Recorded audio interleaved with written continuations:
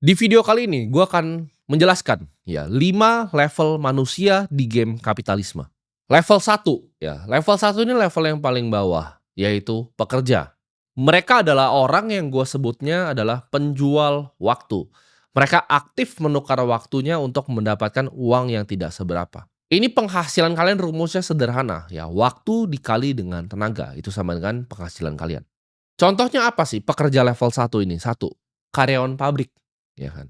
Admin, orang ngelinting rokok, ulang terus, linting lagi, ulang lagi. Data entry, masukin data masukin data masukin data. Mereka itu bekerja dalam sistem, tapi nanti ini bedanya sama level 2. Yang level satu ini tidak bisa melihat tangganya. Biasanya level satu ini kesulitan ya, hidupnya kegencet dari mana-mana. Mereka harus biayain orang tuanya, mereka biasanya sandwich generation juga. Contohnya seperti karyawan ya kan yang scan barcode tit tit gitu di supermarket. Itu adalah pekerja level satu, gampang sekali digantikan, office boy, nyapu. Ini adalah pekerjaan pertama yang akan nanti digantikan ketika revolusi digital itu datang. Mereka ini bergantung penuh ke pemberi kerja. SP1, SP2, SP3 selesai. Mereka nggak bisa makan lagi. Mereka ini yang paling rentan terhadap yang namanya inflasi, ya kenaikan harga barang ya dan jasa, gelombang-gelombang seperti PHK dan krisis keuangan global. Ketika terjadi krisis keuangan, orang-orang yang ini langsung semuanya nggak bisa makan. Ya, ketika ada COVID, ya mereka di rumah aja dulu. Pemilik restorannya bilang, oke, kalian para server ini pulang dulu, gajinya dikurangi, udah mereka udah nggak bisa makan lagi itu. Ini pekerja yang level satu di game kapitalisme. Level 2 dari game kapitalisme ini kita udah naik ke tangga yang kedua, yaitu pekerja terampil. Ini masih nuker waktunya untuk skill, tapi pekerjaan yang dikeluarkan, ya value yang dikeluarkan ke dunia itu lebih terampil. Level 2 ini punya skill, ya seperti desain, seperti coding, seperti consulting. Mereka dibayar memang rate-nya lebih tinggi, tapi masih menukar waktu yang mereka punya untuk uang. Contoh apa aja sih ini? Ya, freelancer tuh masih masuk. Ya, walaupun lu kerja untuk diri lu sendiri, freelance ya kan, lu konsultan, ya, lu desainer, itu masih masuk. Mereka ini bisa melihat yang namanya tangga korporat. Mereka bisa melihat yang namanya tangga kapitalisme ke depan, ya. Kalau yang level satu ini mereka jadi office boy, mereka ngelinting rokok dari umur 20 sampai 60 akan ngelinting rokok, matinya ngelinting rokok. Sedangkan pekerja terampil ini mereka bisa ada ladder-nya ya. Ketika mereka jadi teller, mereka bisa naik ke atas jadi manajer. Ya, entar bisa jadi kepala cabang, bisa kerja di head office, mereka bisa jadi direksi nantinya, direktur operasional, lalu direktur utama. Ini mereka bisa lihat tangganya, ya. Ketika consulting lagi masih intern, ya kan. Awal-awal mulai, lalu bisa naik nanti jadi senior partner, jadi general partner. Ini mereka ada tangganya untuk naik. Dan ini beragam, ada yang income dari 10 juta per bulan, pekerja terampil tuh ada yang juga sampai ratusan juta per bulan, sampai miliaran per bulan. Pendapatan memang lebih tinggi tapi ya pekerja terampil ini jam kerjanya lebih banyak. Mereka itu masih bergantung penuh ke kliennya atau para pemberi kerja. Nah ini saran gua untuk para pekerja terampil, kalau kalian mau jadi pekerja terampil, itu carilah memang yang paling besar dibayarnya sama market, yang paling dihargai sama market, dikasih value paling tinggi sama dunia ini. Gue selalu advokat kalau gue punya teman nanya, "Oke, saya mau jadi pekerja terampil apa?" Gue akan kasih langsung 2 industri, satu adalah finansial ya, finance, yang kedua adalah engineer. Ya, ini bisa teknologi, bisa mekatronika, bisa robotik. Engineer, ya. Antara lu jadi orang finance atau jadi engineer. Kenapa? Karena ini clear ya, gajinya langsung besar di depan. Engineer itu akan sangat berguna ya ketika dunia ini akan transisi dari energi lama ke energi yang terbarukan, energi baru. Ini banyak sekali ya, seperti geothermal, seperti solar. Solar itu akan pakai engineer banyak sekali. Pasti akan dipakai, pasti ada kegunaannya di bumi ini. Sedangkan finance kalau lu bisa masuk ke dalam namanya high finance itu besar sekali uangnya. Pekerjaannya, gua sebut di venture capital, di private equity, apalagi di hedge fund, itu besar sekali uangnya. Kalau lu intern, ya, lu jangan bayangin seperti di sini, ya kan. Lu misalnya intern di perusahaan internasional di Indonesia, gajinya mungkin paling tinggi itu 7,5 juta. Kalian tahu gaji tahunannya kalau kalian intern di hedge fund seperti Jane Street? Jawaban $250.000. Itu starting salary-nya. Gaji awalnya tuh 4 miliar setahun. Itu intern, itu level apa, jongos itu yang disuruh-suruh ambil-ambil minum.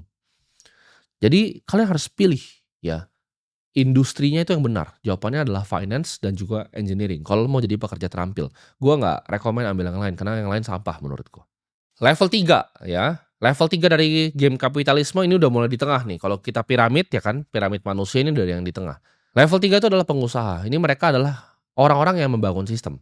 Mereka ini adalah level di mana manusia mulai bangun mesin untuk mencetak uang. Mereka mulai mengerti yang namanya leverage, bagaimana cara menggunakan karyawan, bagaimana caranya menggunakan yang namanya capital, uang, permodalan. Mereka mulai ngerti yang namanya capital structure, uang ini di kemana aja. Mereka mulai mengerti ya produk dan jasa ini mulai mungkin skill-nya udah variatif ya. Mereka nggak cuma ngerti produk dan jasa yang mereka kasih, mereka harus ngerti gimana cara marketingnya, mereka harus ngerti gimana cara menjual sales-nya, mereka harus ngerti operasionalnya seperti apa, mereka harus ngerti cara pencatatan finance seperti apa, mereka harus mengerti IT itu seperti apa untuk mensistemkan semuanya. Mereka harus mengerti juga bagaimana caranya HR, mereka harus ngerti cara recruiting orang-orang talent terbaik, cara memiliki orang dengan talent kelas A di perusahaan seperti apa. Ini mulai mereka mengerti semuanya. Tapi balik lagi, ini ada levelnya. Kayak pekerja terampil, ada yang 7,5 juta, ada yang 1 miliar sebulan. Ada juga pengusaha yang cuma 20 juta sebulan, ada pengusaha yang 20 miliar sebulan. Ini resikonya paling tinggi ya karena bisa bangkrut, tapi ini skalanya paling besar. Ini level manusia itu udah berubah, dia udah berevolusi jadi para pembuat sistem. Di level pengusaha ini banyak yang harus dipikirin, dari kesejahteraan karyawannya, ya. Ini gimana nih cara manage perusahaan 10 orang, cara manage perusahaan 45 orang, cara manage perusahaan 100 orang tuh berbeda. Struktur permodalannya seperti apa. Dan ini levelnya banyak ya. Ketika lu jadi pengusaha ya, lu mulai mengerti tadi yang gue sebut antara leverage waktu orang, lu udah nggak tukar nih waktunya untuk uang lagi, dan lu leverage capital lu sendiri, capital yang di-generate dari bisnisnya, dan bahkan juga capital orang ya. Capital orang ini siapa? Ini gue akan masuk ke level keempat. Level keempat dari tangga kapitalisme ya, piramid lah gue sebut ya. Piramid kapitalisme ini level 4 adalah investor. Mereka bukan pembangun sistem lagi, mereka sudah naik kelas, mereka adalah pemilik dari sistem. Investor tuh nggak bekerja, dia nggak datang ke kantor ya. Investor itu bukan datang untuk mempekerjakan sistemnya, tapi memiliki sistemnya, dia beli sistemnya. Mereka udah mendapatkan pendapatan pasif dari kepemilikan bisnis. Mereka sudah tidak bekerja. Mereka mulai bermain di game modal, ya. Bukan cuma sekedar tukar waktunya lagi, tapi mereka main mulai di pasar modal. Mereka memanfaatkan pasar modal. Mereka ini menguasai seni valuasi dan seni resiko. Mereka bisa menimbang mana perusahaan yang bagus, mana perusahaan yang jelek. Mereka bisa langsung melihat lebih cepat dibanding seorang pengusaha. Bisnis yang bagus itu apa? Capital structure yang baik itu apa? Bagaimana caranya sang CEO ini mengalokasi uang? Kalau nggak mengalokasi, investor ini ngasih tahu, oh lu ngalokasi ini yang benar. Jangan begini caranya.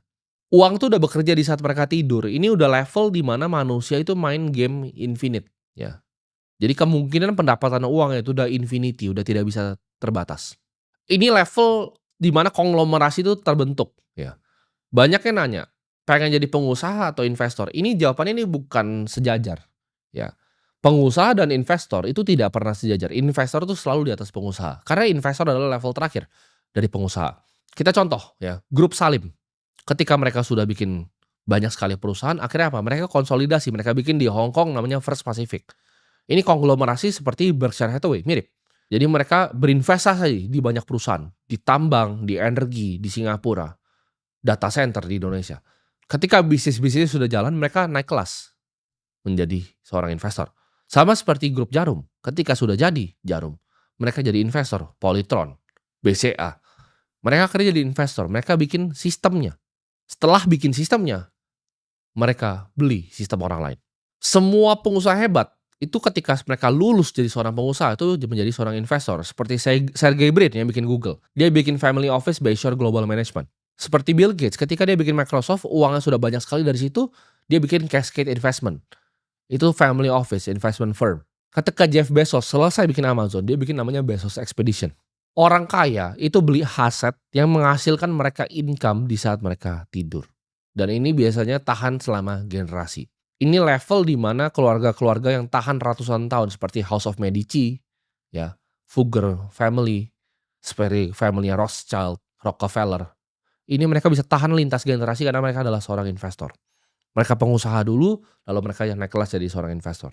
Level 5, nah kalian mungkin bingung, ada nggak level di atas investor? Ada.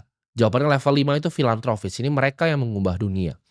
Kalau kalian lihat orang-orang seperti Bill Gates, ketika dia udah punya Microsoft, punya Cascade Investment, mereka punya Bill and Melinda Gates Foundation, mereka punya foundation. Rockefeller, ya, ketika sudah bikin Standard Oil, punya family office-nya sendiri, dia bikin apa?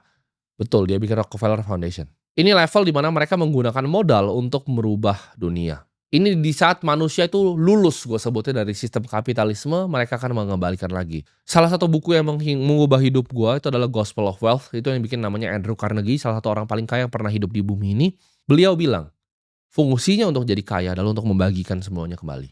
Orang kaya itu berkewajiban menurut dia untuk membagikan kekayaannya untuk improve society overall, untuk improve masyarakat luas. Baik itu dari segi edukasi, kesehatan, malnutrisi. Ini adalah mereka grup yang namanya akan dikenang oleh sejarah, mengubah dunia. Mereka yang punya visi akan dunia yang lebih baik dan mengorbankan harta yang sulit didapatkannya untuk kepentingan banyak orang.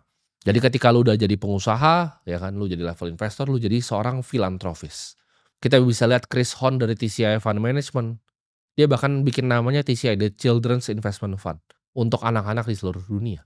Ketika George Soros sudah jadi trader yang paling jago, apa yang dia bikin? Dia bagikan lagi ke semua dunia.